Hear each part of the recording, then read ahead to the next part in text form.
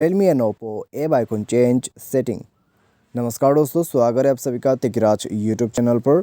तो दोस्तों आज के इस वीडियो पर मैं आपको बताऊंगा कि आप जो है कैसे अपने मोबाइल पे, ठीक है, ऐप आइकन चेंज कैसे कर सकते हैं। तो अभी दोस्तों मैं जो ऐप आइकन यूज़ कर रहा हूँ वो है डिफ़ॉल्ट ऐप आइकन, ठीक है।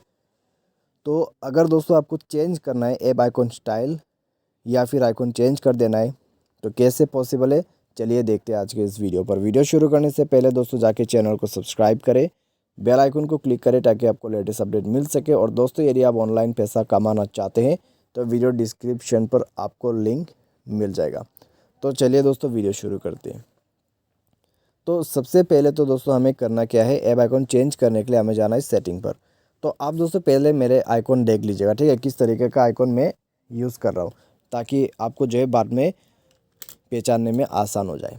अभी सेटिंग को ओपन करें। सेटिंग ओपन करने के बाद हमें नीचे जाना है। नीचे हमें मिलेगा होम स्क्रीन का सेटिंग।